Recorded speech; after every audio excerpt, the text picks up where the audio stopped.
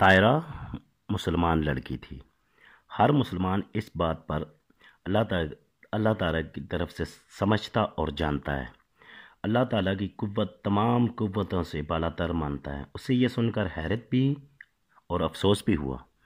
اس نے کہا ایسی باتیں نہ کرو، اس سے خدا کی توہین ہوتی ہے اور ایک مسلمان اسے کبھی برداشت نہیں کر سکتا۔ اللہ تعالیٰ نے ہر چیز کو پیدا کیا ہے اور وہی ہر چیز پر قادر ہے۔ لڑکی: مگر طوفان اندر جی مہاراج نے ہی اٹھایا ہے اور وہی اسے دور کر سکتے ہیں۔ طائرہ: نہیں سوچو، جب ہر چیز خدا کی پیدا کی ہوئی ہے تو وہی سب پر قادر ہے، کوئی چیز بغیر اس کے حکم کے حرکت نہیں کر سکتی۔ لڑکی: تم مسلمانوں کا یہی عقیدہ ہے، مگر ہم ہندو یہ سمجھتے ہیں کہ ہمارے اوتاروں کو بھی بڑی قوت حاصل ہے اور وہ اس قوت سے جب چاہیں دنیا والوں کو پریشان و دک کر سکتے ہیں۔ طائرہ: لیکن اگر تمہارا ایشور نہ چاہے تب بھی؟ لڑکی: ہاں تب بھی۔ ہمارے دیوی اور دیوتا بڑے غصے ور ہوتے ہیں، جب کسی سے ناخوش ہو جاتے ہیں تو اسے تباہ کیے بغیر نہیں چھوڑتے، اسی وجہ سے ہم ان سے ڈر کر انہیں خوش رکھنے کے لیے ان کی پوجا کرتے ہیں۔ طائرہ: افسوس، کس قدر غلط خیال ہے تمہارا۔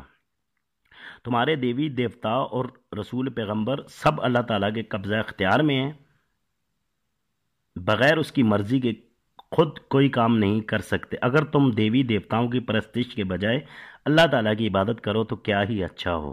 لڑکی کو اطمینان نہ ہوا اور وہ وہاں سے چلی گئی۔ طائرہ اور محمد اسلم دونوں بڑھ کر ناخدا کے پاس پہنچے۔ سخت طوفان کے آنے کا خدشہ ہے کیونکہ ہوا کے تھپیڑوں سے سمندر میں موجیں اٹھنے لگی ہیں۔ یہ ہلکے جہاز زبردست موجوں کا مقابلہ نہیں کر سکتے۔ ایک بوڑھے نے کہا، خیال تو میرا بھی یہی ہے، مگر پھر کیا کرنا چاہیے؟ ناخدا، میرے خیال میں تمام جہازوں کو زنجیروں سے جکڑ کر بیڑا بنا لینا چاہیے۔ محمد اسلم: یہ تدبیر نہایت مناسب ہے۔ تمام جہاز آگے پیچھے ایک قطار میں جا رہے تھے۔ یہ جہاز جس پر محمد اسلم اور طائرہ تھے سب سے آگے تھا۔ ناخدا نے جہاز کی رفتار کم کر دی۔ اس کی رفتار کم ہوتے ہی تمام جہازوں کی رفتار کم ہو گئی اور بالآخر کچھ دور چل کر تمام جہاز رک گئے۔ جہاز والے تیز ہوا اور بادلوں کی آمد کو طوفان کا پیش خیمہ سمجھ رہے تھے اور اس لیے قریب سے قریب ہو رہے تھے۔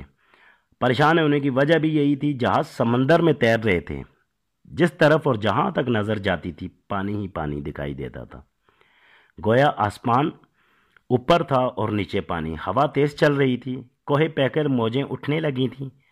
جہاز ہلکے ہونے کی وجہ سے موجوں کے رحم و کرم پر تھے، ذرا سی دیر میں الٹ سکتے تھے۔ پہلے جہاز کے ناخدا نے دوسرے اور تیسرے نے چوتھے سے کہہ دیا کہ چار چار جہازوں کی دو قطاریں بنا کر ایک جہاز کو دوسرے سے زنجیروں میں جکڑ کر بیڑا بنا لو تاکہ تمام جہاز مل کر طوفان کا مقابلہ کر سکیں۔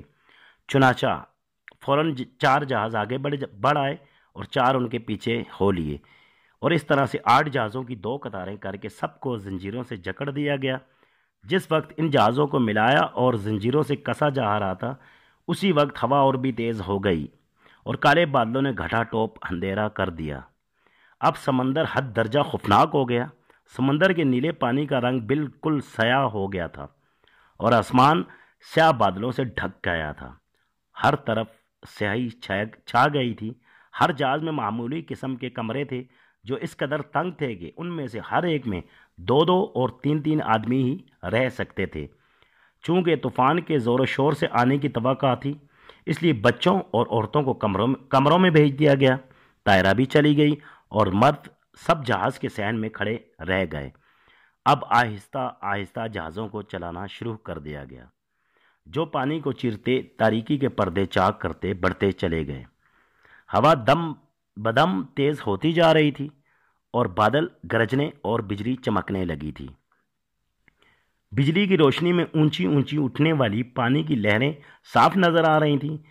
ان لہروں کو دیکھنے سے معلوم ہوتا تھا کہ سمندر میں طوفان آ ہی گیا ہے۔ اس وقت ہر ایک شخص پریشان تھا۔ ہر ہندو اپنے دیوتاؤں سے طوفان کو دور کرنے کی التجا کر رہا تھا اور ہر مسلمان خدا سے دعا مانگ رہا تھا۔ بادل اس زور سے کڑک رہا تھا کہ دل دہل جاتا تھا۔ بجلی بھی چمک رہی تھی۔ ہوا کا زور اور بڑھتا چلا جاتا تھا۔ موجیں جلد جلد اور اونچی اونچی اٹھ کر جہازوں سے ٹکرا رہی تھیں۔ جہاز خزاں رسیدہ پتوں کی طرح کانپ رہے تھے۔ اب بوندیں بھی پڑنے لگی تھیں اور تمام لوگ جو جہاز کے سینوں میں کھڑے تھے کمروں کے اندر جانے پر مجبور ہو گئے تھے۔ تھوڑی ہی دیر میں موسلادھار بارش شروع ہو گئی۔ بادل کی گرج اور بجلی کی کڑک کے ساتھ ہوا کی سنسناہٹ پہلے سے اور زیادہ تیز ہو کر نہایت خوفناک ہو گئی تھی۔ ہر کڑک کے ساتھ بجلی چمکتی اور بجلی کے چمکنے سے سارا آسمان روشن ہو جاتا تھا۔ آسمان کے روشن ہوتے ہی دیکھنے والوں کی آنکھیں خیرہ ہو کر بند ہو جاتی تھیں۔ آج خلاف معمول مطلع صاف ہونے پر رات کے وقت اچانک طوفان اپنی پوری ہلاکت خیزیوں کے ساتھ حملہ آور ہو گیا تھا۔ بچے خوف و دہشت سے کانپ کانپ کر اپنی ماؤں کی گودوں میں چھپے بیٹھے تھے اور جن بد نصیبوں کی مائیں نہ تھیں وہ سہمے ہوئے کھڑے تھے۔ اس قافلے کے ساتھ بہت سے ایسے بچے بھی تھے جن کے والدین انتقال کر چکے تھے اور وہ ان مسلمانوں کو ہی اپنے ماں باپ سمجھتے تھے۔ مسلمان بھی انہیں بالکل اپنے بیٹوں ہی کی طرح سمجھتے تھے۔ وہ کبھی ان کے دلوں کو میلا نہ ہونے دیتے تھے۔ انہوں نے قرآن مجید اور احادیث مبارکہ میں پڑھا تھا کہ یتیموں کے ساتھ اچھا سلوک کرنے والوں سے اللہ تعالیٰ خوش ہوتا ہے۔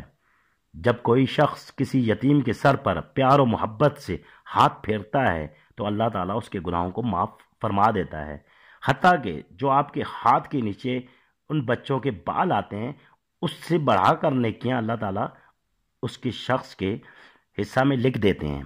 اس لیے وہ یتیموں کی مدارت اپنے بچوں سے زیادہ کرتے تھے۔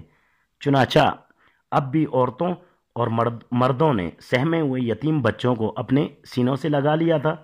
آج ہم سب مسلمان یتیم بچوں کو دیکھتے ہیں اور ان سے اس طرح بچ کر نکلنے کی کوشش کرتے ہیں جیسے کہ وہ قابل نفرت مخلوق ہیں۔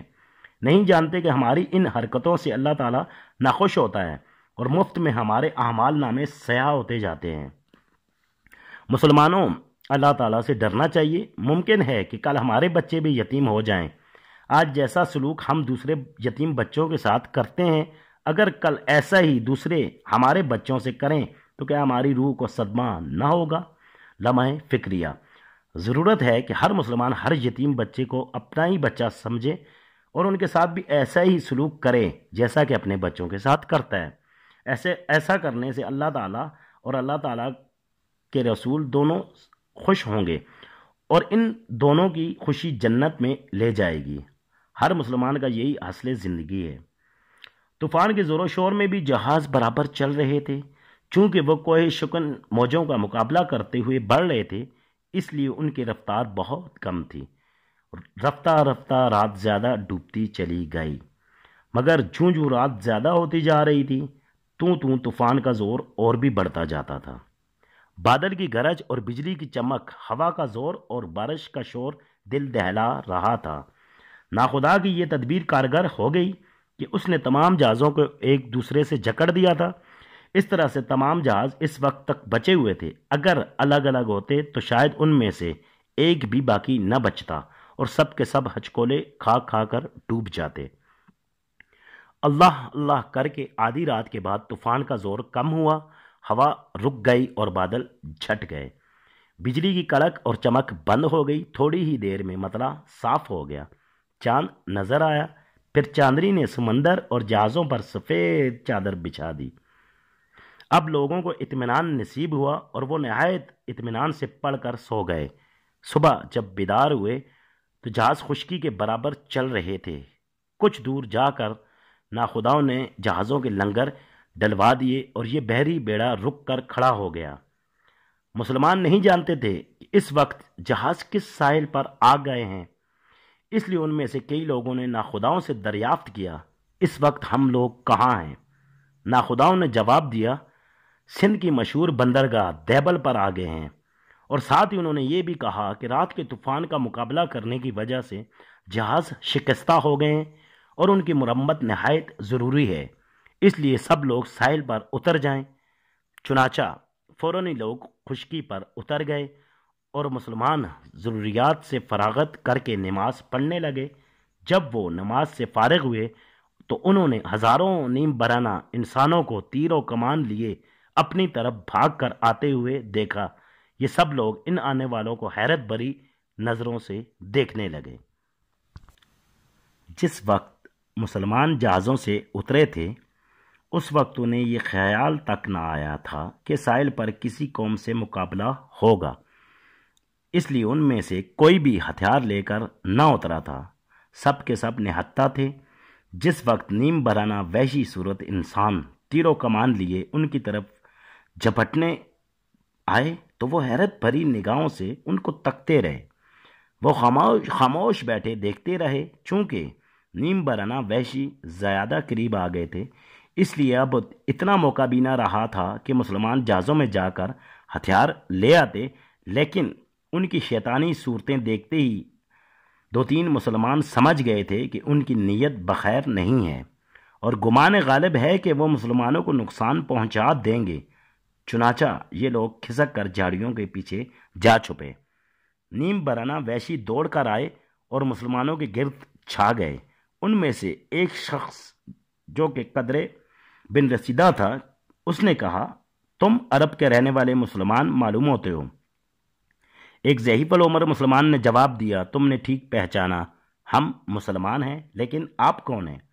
وہی شخص، ہم ہندوستان کے شمالی مغربی حصہ سندھ کے رہنے والے ہیں۔ مسلمان، کیا تم کسی راجہ کے سپاہی ہو؟ سندھی، ہاں ہم راجہ دائر کے سپاہی ہیں۔ آج تمام سندھ اور راجپوتانہ پر دائر کی حکومت ہے۔ ہندوستان کے تمام راجہ مہاراجہ اس سے ڈرتے اور خوف کھاتے ہیں۔ مسلمان، ہم کو معلوم ہے کہ راجہ دائر بڑا راجہ ہے، اس کی سلطنت بہت بڑی ہے، لیکن نہ وہ مسلمانوں کے خلاف ہے اور نہ ہی مسلمان اس کے خلاف ہے۔ سندھی، ہم اس لیے یہاں تعینات ہیں کہ جو لوگ اس طرف سے گزرے ان کو گرفتار کر لیا جائے۔ مسلمان، مگر ان لوگوں کو جو دائر کی حکومت کے دشمن ہیں۔ سندھی نے ہنستے ہوئے کہا، بے وقوف مسلمانوں، ہم مسلمانوں کے دشمن ہیں۔ مسلمانوں کو اس کی یہ بات سن کر حیرت ہوئی۔ محمد اسلم نے اس سے دریافت کیا، تم کس وجہ سے مسلمانوں کے دشمن ہو؟ سندھی، تمہاری سلطنت مغرب سے مشرق کی طرف بڑھتی چلی آ رہی ہے، لہذا خدشہ ہے کہیں تم سندھ اور پھر ہند پر بھی قبضہ نہ کر لو۔